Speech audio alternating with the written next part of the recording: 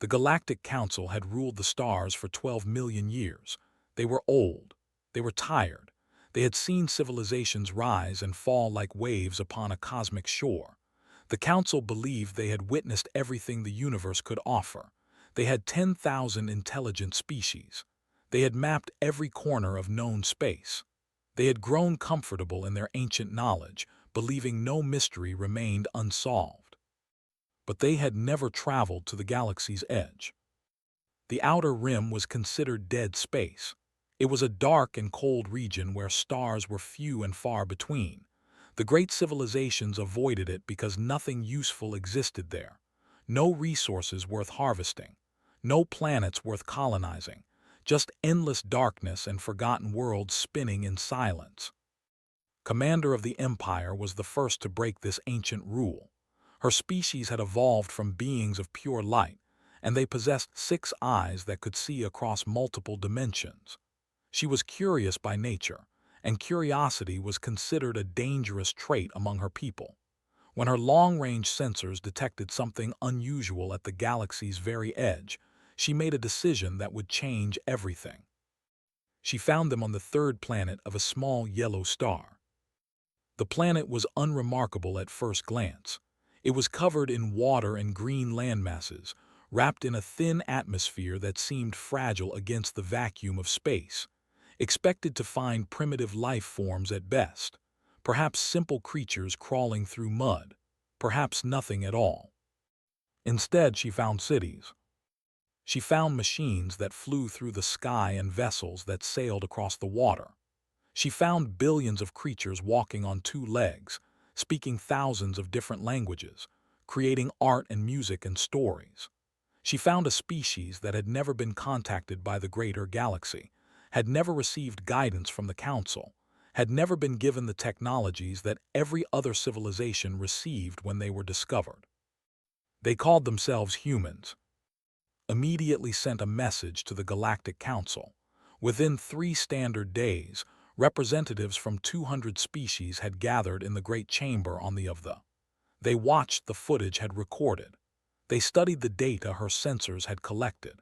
And for the first time in millions of years, the ancient beings of the Council felt something they had long forgotten. They felt fear. High Counselor of the Collective spoke first.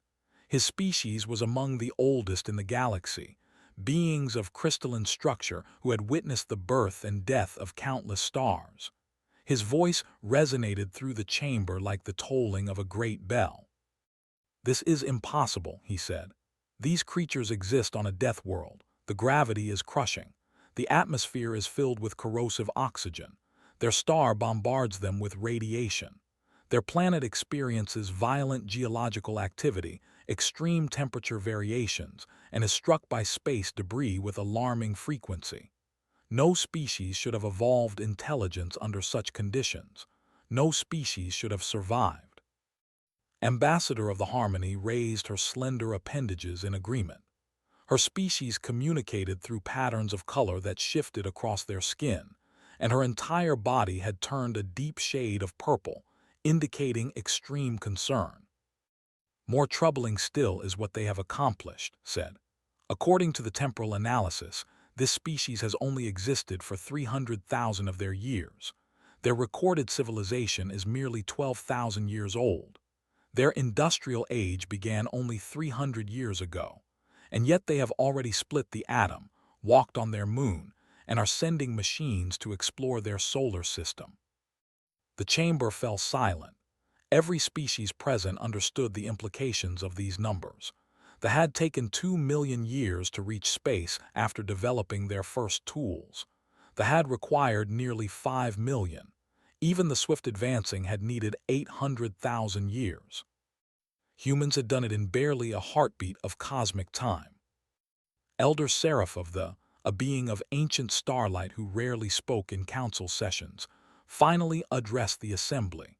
Her form flickered with colors that had no name in any language, and her voice carried the weight of ages. "I have searched the archives of every civilization in this council," she said. "I have examined the evolutionary paths of every known species, and I must tell you what I have found." She paused, and in that pause, the assembled beings felt a chill that seemed to come from the void between stars itself. Humans should not exist, Elder Seraph continued. Their planet has experienced 5 mass extinction events. Each time life was nearly wiped clean. Each time something survived. And from that survival eventually came these creatures. They evolved not in spite of their hostile world but because of it. They are not merely survivors. They are something we have never encountered before. They are what happens when the universe tries to destroy a species and fails. The council debated for many cycles. Some argued that humanity should be brought into the galactic community immediately. Others suggested they should be studied from afar. A small faction even proposed that humans should be eliminated before they could become a threat. In the end, they decided to make contact. The Galactic Council sent their finest diplomats to Earth. They chose Ambassador of the Collective Mind, a being who had successfully integrated 3,000 species into peaceful cooperation. They chose Scholar of the Archive, who spoke more languages than any creature alive. They chose Warrior of the United Front, whose presence alone had ended 100 wars. They arrived at Earth expecting anything. They did not expect what they found. The humans were afraid, certainly. Their leaders were confused and suspicious. Their military forces gathered and pointed weapons that seemed primitive but were surprisingly deadly. But beneath all of that, the diplomats found something else entirely. They found hope. The humans looked at the vast starships hovering above their cities not with the despair of a conquered people, but with the wonder of children seeing the ocean for the first time. They asked questions without end. They wanted to know everything about the galaxy, about the species who lived there, about the technologies that powered the great vessels. They wanted to learn and grow and explore. Ambassador reported this back to the council. They are unlike any species we have contacted before, she said. When the first saw our ships, they prepared for war. When the first saw them, they offered surrender. When the first saw them, they retreated into meditation for 100 years. But the humans invited us to dinner. Over the following cycles, the council learned more about humanity. They learned about human history, which was filled with war and suffering, but also with art and compassion and progress. They learned about human science, which was crude but creative in ways that baffled even the most advanced species. They learned about human culture, which was chaotic and divided but also rich and beautiful. And they learned about something they had never encountered before. They learned about human love. The bonded for reproduction and parted ways. The reproduced through crystalline division and felt no emotional attachment. The merged their consciousnesses temporarily and retained only faint echoes of connection. But humans loved deeply and permanently, not just their mates but their children, their friends, their communities, even their pets, even their ideas, even strangers they had never met. Scholar spent 3 years living among humans, studying this phenomenon. When he returned to the council, his report shook the foundations of galactic understanding. They love each other in ways we cannot comprehend, he said. A human mother will die for her child without hesitation. Human soldiers will sacrifice themselves for comrades they have known only briefly. Human doctors will work without rest to save the lives of strangers. They form bonds that transcend logic, that defy evolutionary advantage, that seem to serve no purpose except to connect them to one another. He paused, his ancient eyes troubled. And they extend this love to us, he continued. Within one generation of contact, humans were volunteering to help rebuild worlds damaged by the Great War 3 galaxies away. They were donating resources they could barely spare to aid species they had never met. They were sending their young people to serve as healers and teachers and builders on planets that were nothing like their own. Warrior, who had never been moved by anything in her 1,000 years of service, stood before the council with tears streaming down her face.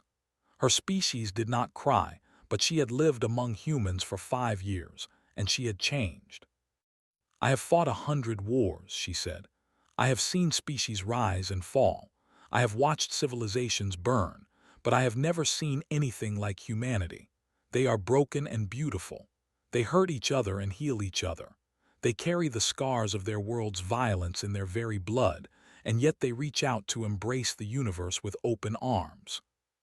She looked around the great chamber, meeting the eyes of beings who had ruled the stars for millions of years.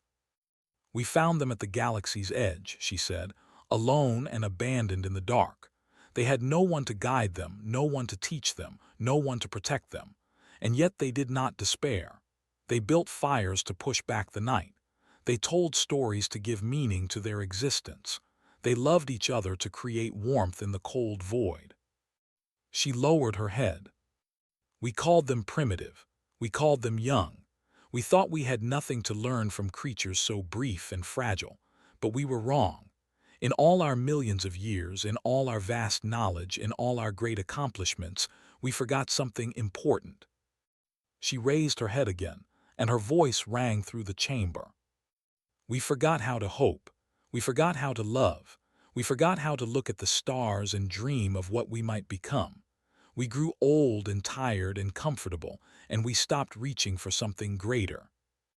But these humans, she continued, these small, fragile, impossible creatures from a death world at the edge of the galaxy, they never stopped reaching. They never stopped dreaming. They never stopped believing that tomorrow could be better than today. Elder Seraph rose from her ancient throne. Her form blazed with light that had not been seen in a million years. When she spoke, her voice carried across every communication channel in the galaxy, reaching every species, every world, every soul that could hear.